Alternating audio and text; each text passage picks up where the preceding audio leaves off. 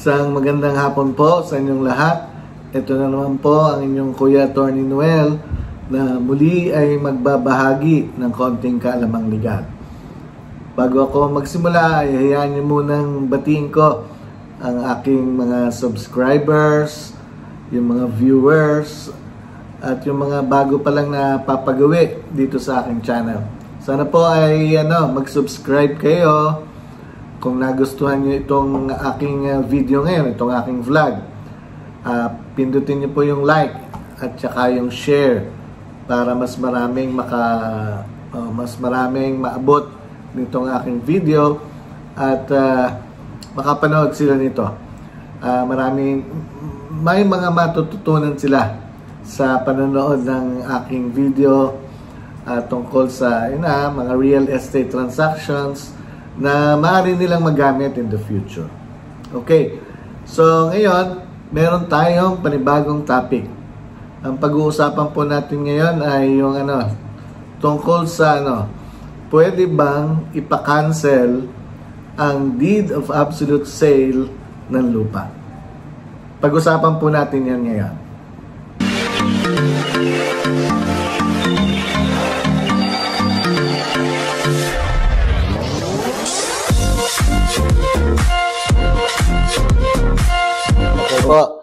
Pag-usapan natin yan, yung pwede bang ipa-cancel ang deed of absolute sale ng lupa. Okay.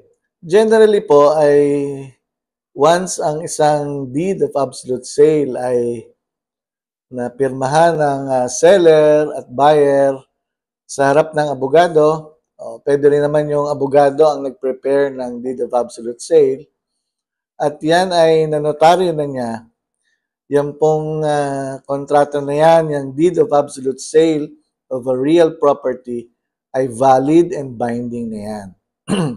Yan po. Yan po ay ibig sabihin ay has the full force of the law. Ibig sabihin, kahit saan yan dalhin, paglilipat ng titulo, i-recognize siya ng BIR, ng assessor, at ng Register of Deeds. Okay. Kasi po, merong iba na nakapag-execute na ng deed of absolute sale ay nagkukuli. Halimbawa, ang seller, sasabihin, nako mababa pala yung pagkabenta ko ng lupa. Babawiin ko na lang, ibibigay ko na lang ulit yung ibinayad sa akin at magbawian na lang kami. Babawiin ko yung lupa ko, babalik ko yung pera nila. Sa point ng seller yon.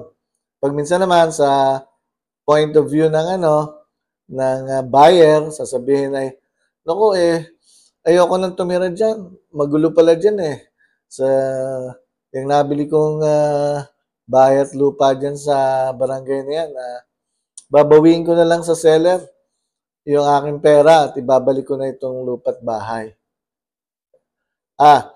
Hindi po yun basta-basta pwede na yung isa hindi pumapayag, yung seller o yung buyer, pagkatapos magbabawian ng bentahan.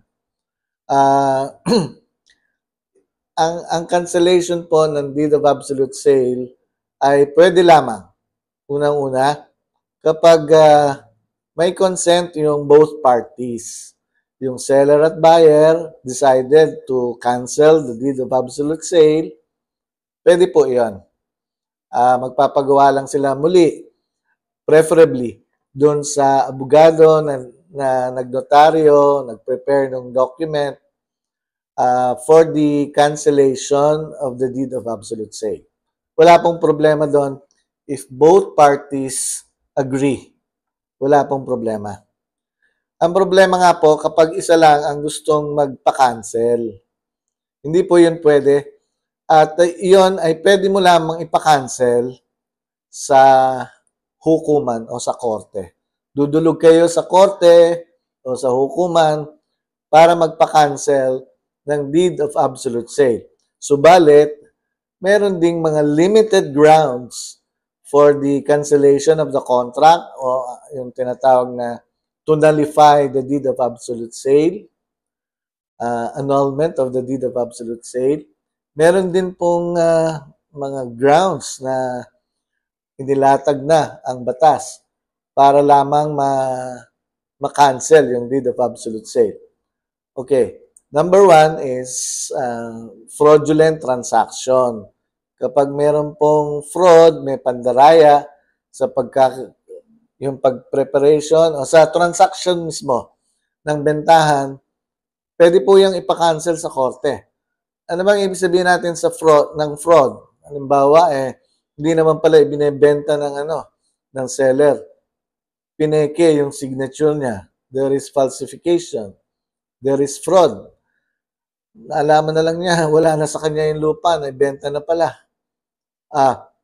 Ang remedy ng seller o yung mga heirs, halimbawa, ay pwedeng dumulog sa hukuman upang ipa-cancel ang kontrata ng bentahan, nullification of the deed of sale, at yun ay pakikinggan naman ng korte dahil may fraud. May fraud. Okay, that is number 1. Number 2 ay yung pong tinatawag na illegality. Illegality na nangyari doon sa transaction na yun. Ang masasabi lang natin dyan, halimbawa, kasi sa iba't ibang mga bentahan, pag mga illegal considerations ay bawal talaga. Bentahan ng baril na walang permit, bawal talaga yan. Illegal consideration yun illegal object of the sale. Pero sa lupa po, ang mako-consider natin dyan yung medyo illegal ay yung if it's a conjugal property, husband and wife, without the knowledge of the wife, ibinenta yung lupa ng husband. Nakalusot naman dun sa buyer, sinabi kasi ng husband, property ko lang ito, namana ko ito sa aking mga magulang. Pero sa totoo naman ay hindi. It's part of the conjugal property belonging to yung property relation ng mag-asawa na absolute community. Okay, pag ganyan, nagiging illegal yung transaction because the transaction or the sale was made without the consent of the other spouse. So, dyan, pwede po tayong dumulog sa korte, sa hukuman, upang ipa-cancel ang deed of absolute sale. Okay. Pangatlo po ay yung incapacity. Incapacity ng parties. Unang-una, yung sa side ng seller, kapag halimbawa yung registered owner sa title ay bedridden na, hindi na talaga makakapagbigay ng consent. Wala nang mental capacity. Ang ginagawa ng iba kasi ay kinukuha yung thumb, pinapa-thumb mark na lang. Sila na ang nagdidikit ng thumb mark sa deed of absolute sale. Yan po ay pumapasok sa ground na incapacity. Pwede pong ipa-cancel ang kontrata ng bentahan niyan sa korte. O kaya naman yung mga insane, yung hindi makapagbigay ng consent, walang mental capacity to think, kung ano yung to perceive, kung ano yung nangyayari sa paligid, ipapa-thumb mark din. Pag ganyan ang kaso, pwede po natin i-file yan sa hukuman for the cancellation of the deed of absolute sale. So, ayan. Yan po ang tatlong mahalagang grounds for the cancellation of deed of absolute sale of a real property. Yung pong mga ibang grounds na nabanggit ko noong una, o yung mga dahilan ng pagpapakancel. Ayoko na sa lupa't bahay na yan dahil magulo dyan. O kaya sa seller naman, napakababa pala ng pagkabenta ko, babawiin ko na lang. Hindi po yan sapat na grounds those grounds ay hindi sapat para mapakancel ang naging bentahan ng lupa. So, dapat ang seller, bago ibenta ang kanyang lupa, sigurado sa presyo at kung ano pa man. Ang buyer naman, napag-aralan na lahat and willing to part with his or her money just for the sale or for the purchase of the house and lot, dapat po pag-isipang maigi rin ng buyer. So, mahalaga po yan. Dapat alam po natin yan dahil kapag nakapag-execute na ng deed of absolute sale, notarized by a notary public, hindi na po yan basta-basta mababawi. Opo.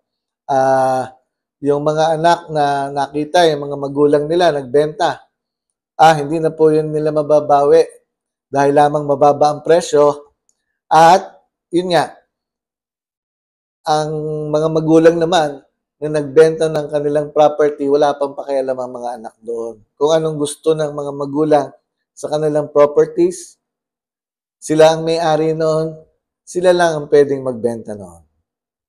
Wala pa ang mga anak, wala pang karapatan doon. Kapag nawala lang sila, saka magkakaroon ng right ang mga anak. Okay, so sana po ay may nakuha kayo ngayon dito sa aking video, dito sa aking vlog. At yan ay magagamit nyo in the future. So, okay. Hanggang dito na lamang po. Magkita-kita tayong muli sa susunod kong video. Marami pong salamat.